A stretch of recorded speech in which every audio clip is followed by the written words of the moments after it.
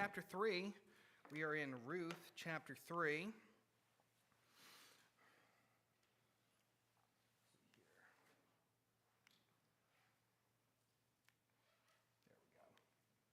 go. Ruth chapter 3. Try to figure out where we left off here. I think we were on verse 6. Let's see here. Is the clicker working? I gotcha. That's fine. So last week we talked about the threshing floor. This entire chapter takes place on the threshing floor. And a lot of people like to make pictures of it as some sort of enclosed area of a clandestine meeting between Ruth and Boaz, but the truth was it was an open air thing. It was a public area. A threshing floor had to be open because when you were threshing wheat or winnowing wheat, what you would do is you would toss it up in the air. Let me see if I can get the picture up. Oh, there we go. I felt it there. This would be what the threshing floor looked like. This is the one in Nazareth. And so this could be the exact one that Boaz was at all those years ago in ancient history. This photo was taken in the 1800s. Basically what it was a long sloping hill that would catch the wind, and they would put down stones. Often they would put down stones in a circular format like this so that they would put all the wheat inside, and they would take a long wooden board or several wooden boards nailed together. They would embed stones in the bottom of it, attach it to the back of a mule, and they would drag it over the wheat. And what they would hope to do is crush up all of the wheat so that it is in a powder where they can toss it up in the air and winnow it, where the chaff, which is the part of the plant that you don't want, is light enough and dry enough and ground up enough that it just blows away. But the grain itself, heavier grain, falls down onto the threshing floor. So this was a public place. This was out in public. This was not some secret meeting inside a shed. I think a lot of people, because they don't understand this chapter, they try to make it into something ugly that it's not. It is not an inappropriate thing. In fact, we see that in multiple places, we see Ruth's virtue. The writer talks about Ruth's virtue. Boaz talks about her virtue. It is something that is protected through this story. And just because it's not something we understand, it doesn't mean that it's wrong. So we saw that Naomi had a plan, and she said, "My daughter, shall I not seek rest for thee, that it may be well with thee?" That same word rest here is the one that we see in chapter 1, where she talked about how she wanted Orpah and Ruth to find rest. That was the blessing she gave them in chapter 1. I want you to find rest. And this is where she feels she can step up and help with that. And now is not Boaz our kindred, with whose maidens thou wast? Behold, he winnoweth barley tonight in the threshing floor. So harvest is over. Ruth, if she had a chance to be able to catch Boaz's eye, it was here. It was at harvest. But harvest is over. So what Naomi says is, all right, you got one more chance. I got an idea. Go to the threshing floor where he is. He winnoweth barley tonight in the threshing floor. So then we see, she says, wash thyself therefore, and anoint thee, and put on thy raiment upon thee, and get thee down to the floor. Mark the place where he shall lie, uncover his feet, and lay thee down, and he will tell thee what thou shalt do. So she gives her some instructions first. And we talked about how this probably was referring to the fact that she was still in widow's garb. She was still wearing the clothes of mourning her husband. And what this is saying is take it off, anoint yourself, rededicate yourself. Basically, you are coming out as something new. We see this throughout Scripture. When you go into a change of life, there's a rededication time. And this is what is happening here. Ruth is taking off that old widow's garb and moving forward towards the Redeemer. And she said unto her, all that thou sayest unto me, I will do. Thankfully, Ruth listened to Naomi. And that is where this entire chapter gets set up. Naomi had the idea. Ruth followed her wisdom. And then the rest kind of is up to Boaz. In verse 6, I think is where we left off last time, where it was talking about under thy wing. And we talked about this word for wing of kanaf. Kanaf was talking about in the last chapter how Ruth trusted in the Lord and under his wings, that kanaf. But there was also another usage for that word, and that was for the bottom of the skirt. And we see here today in this chapter that Boaz fulfills his promise to Ruth, or his blessing to Ruth in the last chapter, that the Lord bless thee, whose wings thou hast come to trust. He is going to cover her with the kanaf of his skirt, his garment, that bottom part, in a covenant. We'll get to that in a second. And when Boaz had eaten and drunk, and his heart was merry, he went to lie down at the end of the heap of corn, and she came softly and uncovered his feet and laid her down. This is where we stopped off last time, so let's pick up here. Harvest is over. Finally, after weeks of hard work, harvest is over. He is ready to rest. He's had a good supper. And verse 7 says, his heart was merry. And we see that after this good meal, he lays down at the grain pile and he's going to guard what he has gotten through harvest. This was a customary thing. Him and his servants would have been out there in the field working hard, and then he, as the landowner, would have stayed there to make sure nobody comes in the night and just starts taking grain. It was unheard of to leave your grain unguarded. And so Boaz is doing what he needs to do. He lays down, but then here it is nighttime, and Ruth comes in quietly while he is sleeping, uncovers his feet, and lays down. At this point, she has done everything that Naomi told her to do. Now she has no more instruction until Boaz gets up and tells her what's next. I like what we see, what she does next is kind of off script. She doesn't do what Naomi tells her to do at that point. She does what she knows is right to do. And it came to pass at midnight, let's go to the next verse. And it came past at midnight that the man was afraid. Well, of course he was afraid. It's the dark. Someone is sitting there at your feet, and his feet are now uncovered. I think he was a little weirded out by this. It was something strange that had happened. And she uncovers his feet. I think that cool evening breeze woke him up. Came to pass at midnight that the man was afraid. And he turned himself, and behold, a woman lay at his feet. Midnight, his feet are cold. He wakes up startled. There's a woman laying there in the pitch dark. He doesn't know what's going on. But this is where it's set up this entire book to this point. This is the pinnacle of the book. Verse 9, and he said, who art thou? And this is her answer.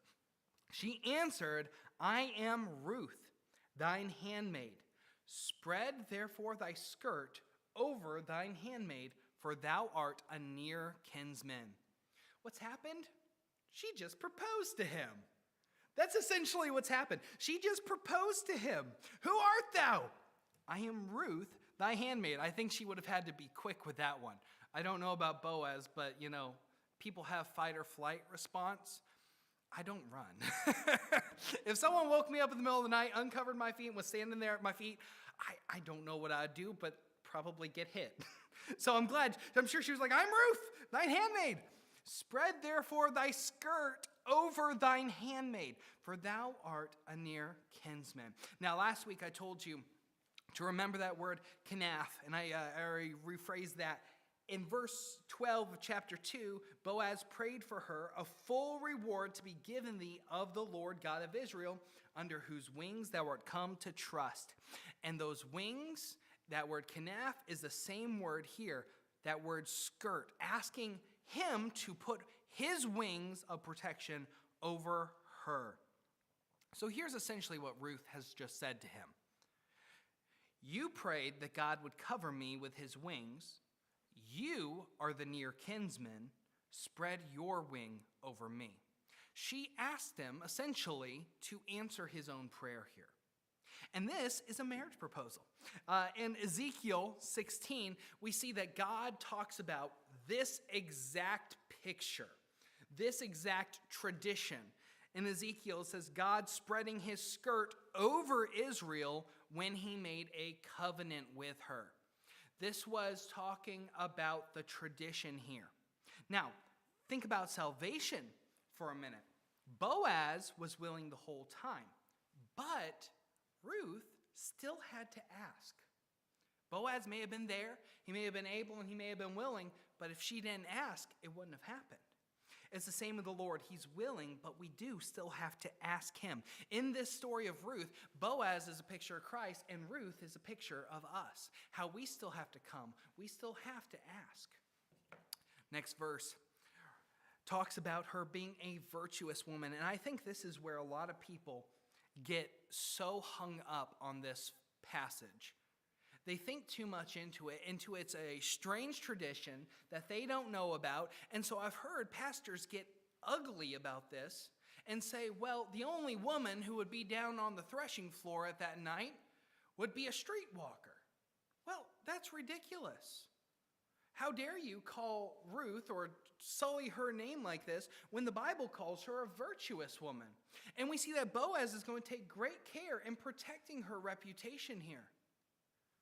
In fact, I love the fact that that word kayel for virtuous woman here is the same word that is used in Proverbs 31 describing the virtuous woman. Did you know that Ruth is the only woman in the Bible who that's said about? Of all the women in Scripture, Ruth is the only one that gets that name attributed to her. I like to think that Solomon, he's thinking back to his great-grandma, Ruth, and he's writing this story about what a woman should be like. Don't let something unusual like this chapter make you think that there was something wrong that happened here. There wasn't. She was a virtuous woman, and I think it's important to point that out. Blessed be thou of the Lord, my daughter, for thou hast showed more kindness in the latter end than at the beginning, inasmuch as thou followest not young men, whether poor or rich. You know, he's, I think, taken off guard. He's surprised, but he's pleased at the same time. The first word out of his mouth is blessed. Blessed be thou of the Lord, my daughter. And look at his reason here. Because thou hast showed more kindness in the latter end than at the beginning. And that word kindness is that word we saw before, hesed, that covenant relationship, that kindness. He's saying, Ruth, you could have chased young men, poor or rich. I think he's saying, you're so beautiful. You could have had anybody. Why did you come to me? But he's saying she's blessed because he's saying you're honoring that which the law has put in place of the kinsman redeemer. He's saying you're so pretty you could have had anybody, but yet you are allowing me to fulfill that role if I chose. Blessed be thou of the Lord, my daughter. You didn't chase after anybody else. You did right by your family. And he sees this request as just one more act of faithfulness that Ruth does. She's been faithful to Naomi, and now she's being faithful towards Boaz. The next verse here says, and now, my daughter, fear not. I will do to thee all that thou requirest. Whew! I'm sure she took a huge sigh of relief there. Probably all through this time of harvest, she's been thinking, how do I approach this subject? Do I approach this subject? Does he approach the subject? And now she's here. And she said, finally hears, I will do all that thou requirest. And here's the next part. Here's his reason. For all the city of my people doth know that thou art a virtuous woman. He settles it for her. He says, fear not, it's okay. I will do all that thou requirest. And then he says, the people know you're a virtuous woman. That word virtuous, talking about a high moral character. Remember, this is not a large town. Nazareth back in these days, Bethlehem, before that, Ephrata, we have a small farming town. In the New Testament, can anything good come out of Nazareth? It's a small backwater place. But she had a good reputation in that town. People noticed her. They saw her. Everybody knew each other. And they saw what she had done for Naomi, how she had left her family, come from the land of Moab, come out here to Bethlehem, fallen under Naomi's care, and taken care of her mother-in-law, even when it was not required or expected. The town knows you're a virtuous woman. We see that virtuous woman, Kael. We see Boaz described as a mighty man of wealth, Gibber, Kael. Same word for both of them. This is a perfect match. And the whole city knew it. She had a good reputation here. And it says in the next verse, I am thy near kinsman, howbeit there is a kinsman nearer than I. And this shows his character, doesn't it? He could have just accepted her proposal outright, but he said, hold on. If we're going to do this, we're going to do this right. There is a kinsman nearer than I. Tarry this night, then will I do the part of a kinsman to thee, as the Lord liveth, lie down until the morning. So here's the twist. It's true, Boaz says, I am your kinsman, but there's someone else even closer. A closer relative who has first right to redeem. And so what Boaz does here is he tells her the truth, even though it could cost him this relationship with Ruth. I'm sure he felt very fondly towards her. I'm sure he was excited about the idea that she would come to him. But at the same time, he knew there was somebody else with that right first. Being the good man that he is, knowing it might cost him everything, he swears an oath to her, as the Lord liveth, if that man won't redeem thee, I will. One way or another, before the day is out, you will be redeemed. I like that he doesn't leave it up to chance in her mind. She just put everything out here on the line for him. And he says, don't worry, before the end of the day, you will be redeemed. That near kinsman, he tells her, lie down until morning. You're safe here. And he's thinking all the things he has to do in the morning when he gets up. And I love what he does. He gets right to work. He doesn't let any moment go to waste. Then we see what she has to do next, which is sit still. She's done everything she can. He's promised he is going to take care of it. Now she has to wait. I think that would be a hard thing to do. But she has to wait to hear the end of it. And she lay at his feet until the morning, and she rose up before one could know another. And she said, let it not be known, and he said, let it not be known that a woman came into the floor. And I think this is probably the spot where most pastors go, oh, well, clearly there was something going on here. There wasn't. She gets up early before it's light enough for anybody else to recognize her. A lot of people say, well, that's the biblical word no that we see in Genesis with Adam and Eve. It's not. This is literally meaning recognize. Before anybody sees that you're here. Why? Because he wants to protect her virtue. Nothing wrong happened here, but Boaz can see that people would talk, and a rumor would hurt her name and the possible redemption process before it even started. Imagine for a moment if that other kinsman who has the first right to redeem goes down to the gate that morning. Boaz tells him, well, there is someone here you can redeem. And he says, well, I just heard that she's with you and this deal was already done and you're going to redeem. Well, Boaz realizes that might be good for him, but that's not good for Ruth. It hurts her name. It hurts her reputation. And it hurts what God has put forward as the redemption process. He's thinking about her here. He's not thinking about himself. He's thinking about her. He is protecting her. He's saying, let it not be known that a woman came into the floor, because if you're going to be redeemed by another man, I don't want this to be messed up. In her mind, she didn't know there was another person. She didn't know there was another redeemer.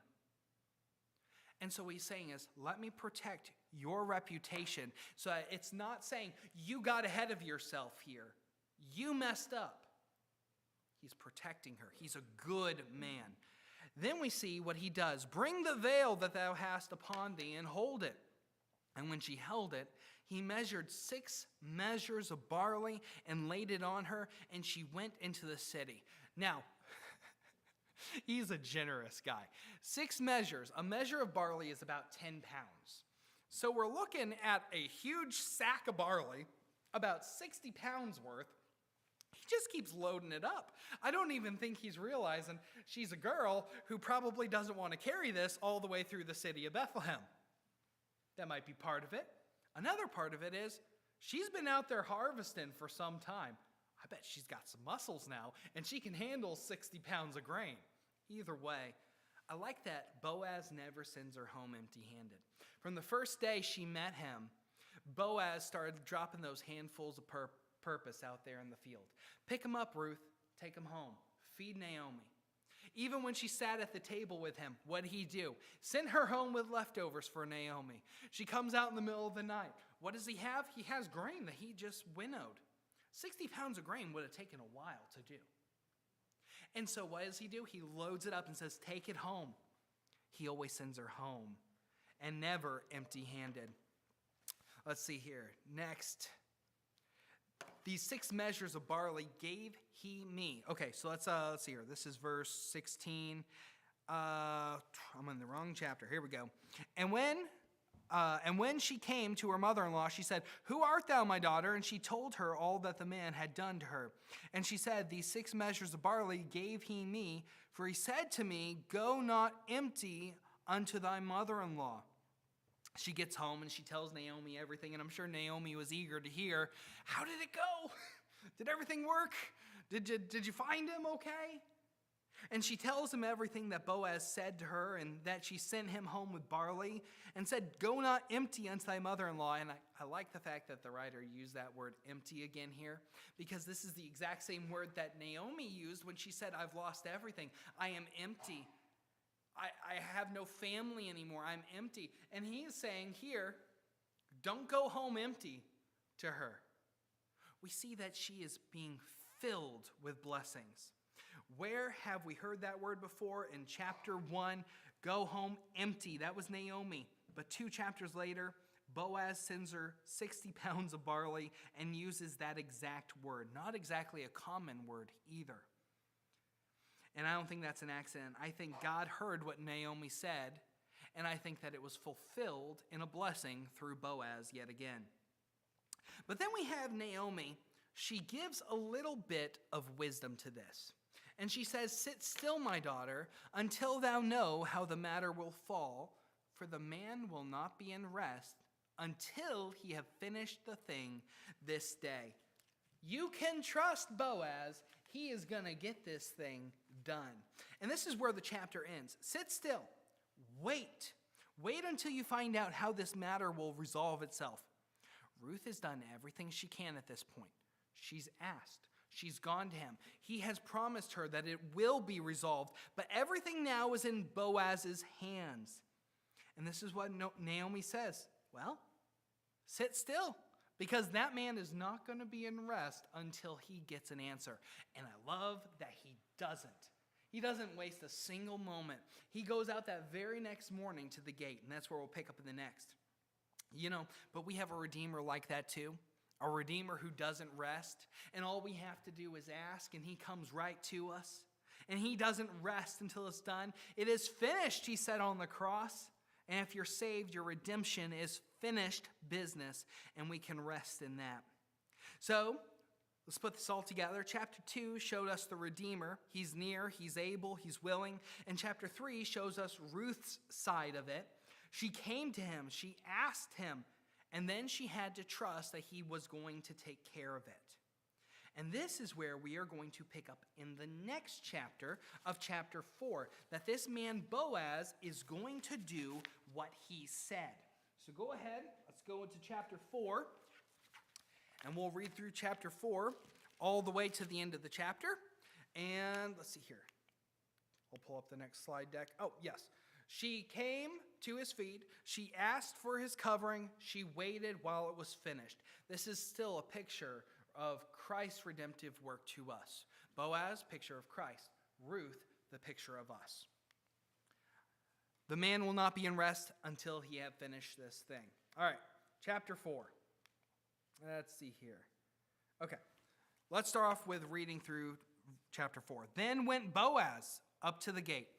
He didn't waste any time. Then went Boaz up to the gate and sat him down there, and behold, the kinsman of whom Boaz spake came by, unto whom he said, Ho, such a one, turn aside, sit down here. And he turned aside and sat down. And he took 10 men of the elders of the city and said, Sit ye down here. And they sat down. And he said unto the kinsman, Naomi that is come out of the country of Moab, selleth a parcel of land, which was our brother Elimelech's. And I thought to advertise thee, saying, Buy it before the inhabitants and before the elders of my people, if thou wilt redeem it. Redeem it. But if thou wilt not redeem it, then tell me that I may know. For there is none to redeem it beside thee, and I am after thee. And he said, I will redeem it. Then said Boaz, What day thou buyest the field of the hand of Naomi, thou must also buy it of Ruth the Moabitess, the wife of the dead, to raise up the name of the dead upon his inheritance. And the kinsman said, I cannot redeem it for myself, lest I mar my own inheritance. Redeem thou my right to thyself, for I cannot redeem it. Now, this was the manner in former time in Israel concerning redeeming and concerning changing. For to confirm all things, a man plucked off a shoe and gave it to his neighbor, and this was a testimony in Israel. Therefore, the kinsman said unto Boaz, Buy it for thee. So he drew off his shoe, and Boaz said unto the elders and unto all the people, Ye are witnesses this day that I have bought all that was Elimelech's and all that was Kilion's and Mahlon's in the hand of Naomi. Moreover, Ruth the Moabitess, the wife of Mahlon, have I purchased to be my wife, to raise up the name of the dead upon his inheritance, that the name of the dead be not cut off from among his brethren and from the gate of his place. Ye are witnesses this day. And all the people that were in the gates and the elders said, We are witnesses. The Lord make the woman that is come into thine house like Rachel and like Leah, which two did build the house of Israel. And do thou worthily in Ephratah, and be famous in Bethlehem. And let thy house be like the house of Pharez, whom Tamar bare unto Judah, of the seed which the Lord shall give thee of this young woman. So Boaz took Ruth, and she was his wife. And when he went unto her, the Lord gave her conception, and she bare a son.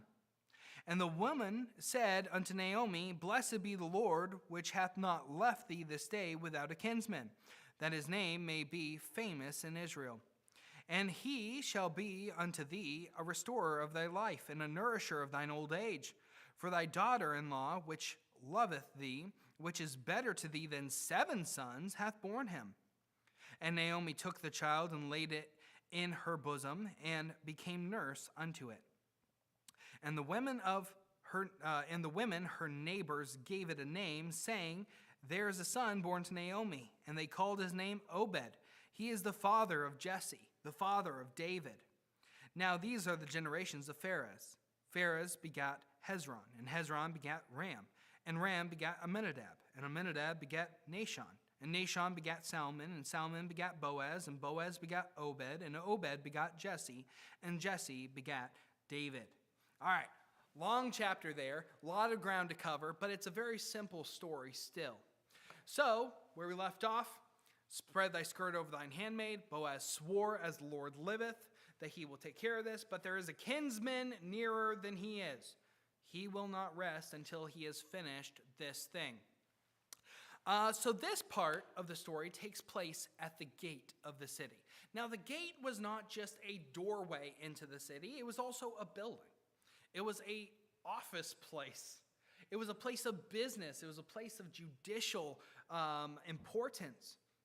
It was a courthouse.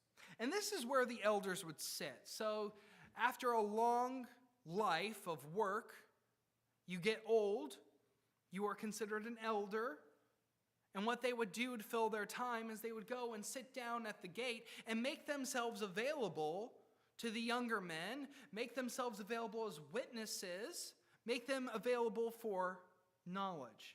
And this is where deals were witnessed. And 10 elders is what was needed to make it legal and public. A binding contract back in the day was not on paper, it was not written, it was held in the minds of the witnesses. So they had to be people of high character. They had to be people whose word meant something. And these were the elders who would sit there at the gate. And if you were qualified to sit at the gate, you were qualified to be a witness, and it would be legal. So here we have Boaz, and he goes straight to the gate. Then Boaz went up to the gate and sat him down there, and behold, the kinsman of whom Boaz spake came by. This gate, let's see here. He goes straight to the gate and he sits down and he waits. And it's interesting, if you look at some of the historical finds when they've restored and dug out some of these old gates, they still find the benches lined up where court would have been held at these gates. And so if you wanted to take care of something, what you would do is you'd get up early in the morning, you would go down to the gate, and you would sit down on a bench and you would wait. Sooner or later, the person you had business to do with was going to come through that gate. They had to go out to work, they were going out to the field, they were going to take care of business. Sooner or later, that person would come by. Now, they did not expect to be doing legal business that day, so you sit and you wait and you hail that person coming through. And so he says, "Ho, such a one, turn aside, sit down here." So I'm sure he's like, "Oh no, what's going on now? It's Boaz, I'm being taken to court, it's 5 a.m., what am I doing? Come aside, sit down." And Boaz goes straight to the gate. I think he was the first person there that morning. That kind of just fits his character. And this is what he does. He calls unto this man, and this is how the Hebrews would greet themselves, greet each other. It's like saying, "Hey, friend." But notice that the writer doesn't record that nearer kinsman's name in this book. Because this book is about Ruth. It's about keeping that line alive. It's about the history, the genealogy. And this guy, he did not take the part of the kinsman redeemer. And so I don't think he got a name because of this. It's not about his name, it's about the names of the line of David and ultimately the line of Christ. So we see, "Come, sit down." And he took 10 men of the elders of the city and said, "Sit ye down here." And they sat down. So I think these men are about, and they're there to be used as needed. And he goes and he picks out 10 of the men, says, "Sit down here." And he takes the other kinsmen and he sits them down and he says, "All right, let's talk for a second." And that's where we get into verse 2. Notice, he is taking, let's hear, and that's where we get into verse 3. He is taking all the proper legal precautions here. He is doing everything above board. He's doing it all right. In verse 3, "And he said to the kinsman, Naomi, that is come again out of the country of Moab, selleth a parcel of land which was our brother Elimelech's. And I thought to advertise thee, saying, Buy it before the inhabitants, and before the elders of my people. If thou wilt redeem it, redeem it. But if thou wilt not redeem it, then tell me, that I may know. For there is none to redeem it besides thee, and I am after thee. And he said, I will redeem it." So we have the other kinsman now saying, "Yeah, okay, I will redeem this." Probably Boaz's heart sunk a little bit at that. Okay, you're going to redeem it, but there's more to it. Now, I like that at this part. Let's see here. Where am I at? I will redeem it. I think I'm missing a page, but that's okay. I don't need it. I will redeem it. You realize that at this point, this means that this man could take Elimelech's property, in effect, Mahlon and Chilion's property, buy it for himself, and use it for his family. This is now going to become his family's estate. And as he has children, this is what they will inherit. And that's what he was interested in, an investment opportunity. But when there's another part of this, that it's attached to Naomi and to Ruth, whatever child comes from Ruth inherits that. It doesn't go to his name and his family. It goes to Ruth's. It carries on the name and the legacy of that family. So to him, it's a great cost. It's a sacrifice. It doesn't ever come back to him. It is a responsibility done to another family. Now, we see that Boaz says, and then said Boaz, what day thou buyest the field of the hand of Naomi, thou must buy it also of Ruth, the Moabitess, the wife of the dead, to raise up the name of the dead upon his inheritance. And that is the deal breaker here, because it's no longer an investment. It's charity. It's a gift. It's giving it to this family. And he's saying not just that, but it takes away from his family's inheritance. It hurts him. And the kinsman said, I cannot redeem it for myself, lest I mar mine own inheritance. Redeem thou my right to thyself, for I cannot redeem it. Then we have the writer explaining what was already an old tradition at this time. The shoe. Breaking off of the shoe and giving it to another. He says, I cannot redeem it. Let's see here. The shoe. The shoe, the writer stops and explains this custom because at this time, it was already old history, and people didn't see what this meant at this time. Verse 7, now this was the manner in the former time in Israel concerning redeeming and concerning changing. For to confirm all things, a man plucked off a shoe and gave it to his neighbor, and this was a testimony in Israel. So, what's happening here is you pull off your shoe, you hand it to him in front of witnesses. The witnesses are what makes it legal. The shoe isn't. People have to say, oh yeah, no, that is what gives him the right to that land. Handing it over said, you have the right to walk on that land as its owner. It's symbolic. You have my right to take my shoe and walk over that land. You are now the owner. And everybody standing there sees it. There's no paperwork, no signatures. That shoe and the elders are what makes it a binding contract. So the nearer kinsman pulls off his shoe, hands it to Boaz, and the right to redeem officially changes hands from that man to Boaz. He has now completed the legal process of bringing himself into the spot of the kinsman redeemer. Next, it says, ye are witnesses this day that I have bought all that was Elimelech's. So this is where he officially has taken the ownership of Elimelech's property. And that includes caring for Naomi. That includes taking Ruth as a wife. Moreover, Ruth the Moabitess, the wife of Mahlon, have I purchased to be my wife. Ye are witnesses this day. I've bought everything that belongs to Elimelech, and to Kilian, and Mahlon, and Ruth the Moabitess I have purchased to be my wife. You see, the other man waived the same deal, and he said, it is too much. I cannot. But Boaz was willing to make that obligation, that expense. He paid it gladly. And that's the Redeemer we see here. And this is the picture that we see of Christ. It doesn't benefit him anything on paper. It doesn't make sense. I cannot redeem it. That's too much obligation. A widow, her mother-in-law, I don't even get this as my inheritance from my family. It carries on that he fulfills this obligation, and he pays it gladly.